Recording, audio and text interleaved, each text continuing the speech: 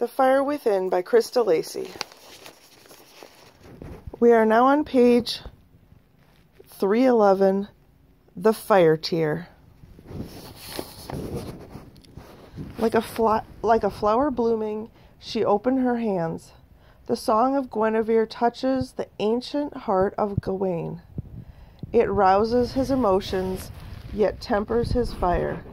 Suddenly he roars and shakes his head, then takes at once to the frosty skies. One beast of his mighty wings gathers leaves and dust into spiraling clouds. His giant shadow covers the valley. He bellows so loudly the ice caps shatter.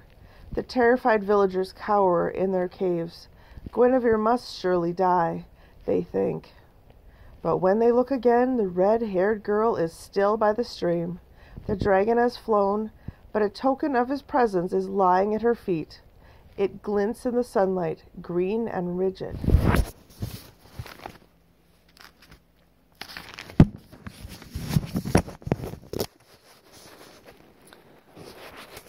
A scale, whispered David. He pictured it clearly. It was about the same size and thickness as a roof slate, carved and tapering at the bottom. Guinevere holds it to her breast, and, said Liz, a gift from a dragon is something to treasure. She knows by this sign Gawain will return. He knows she feels sorry for him, David muttered. He knows she wants to help him. Yes, said Liz, but he is not sure how. Even so, he comes to her again. For 7 days and 7 nights, she sings her lullaby to the dragon. Sometimes he lies beside the stream, med with her. Sometimes he flies her to the ice-capped mountains. Her singing soothes his heart, but with every passing moon, his strength is fading. The fire in his belly is losing its spark. One night he can barely lift his wings. Too weary to fly, he roves the valley, clawing at the earth, belching smoke. Soon dragons will be no more. Gawain roars at the starlit sky and sweeps his tail in a whirlwind of despair. And the people, gabbled Lucy, the people are coming.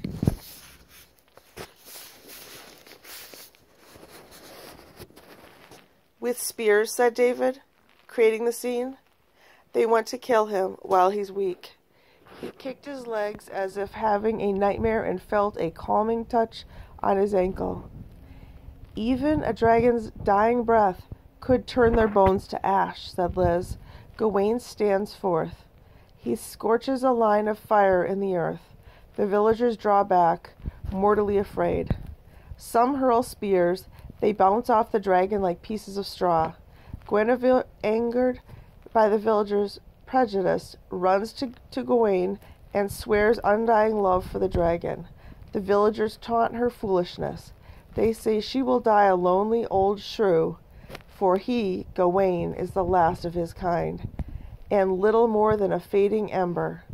Guinevere knows this is true, but her will is strong and her heart is pure. She vows to find a way to preserve the dragon's fire. But who can she speak to about such a thing?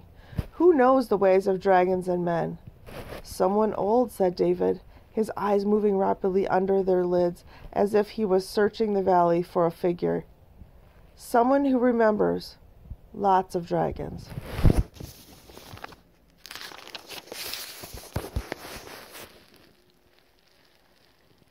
Lilliana, whispered Lucy. She goes to Lilliana.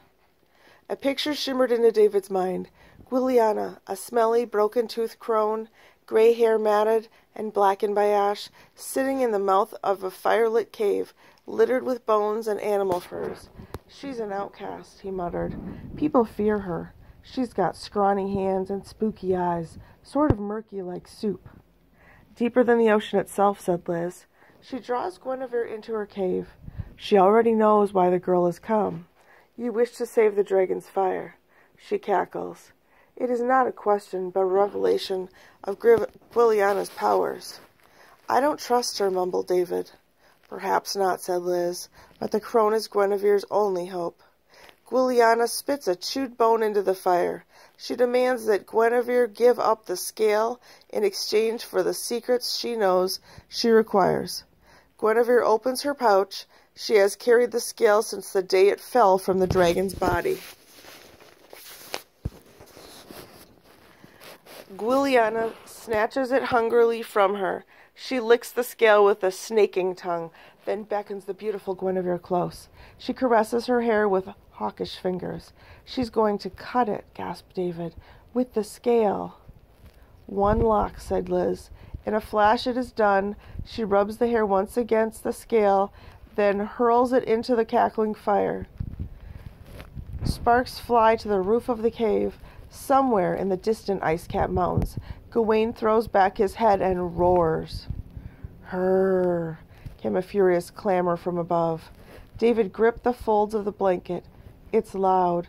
It's shaking the walls of the cave. I see dust and stones spilling out of the cracks." "Dream it," said Liz, caressing the words.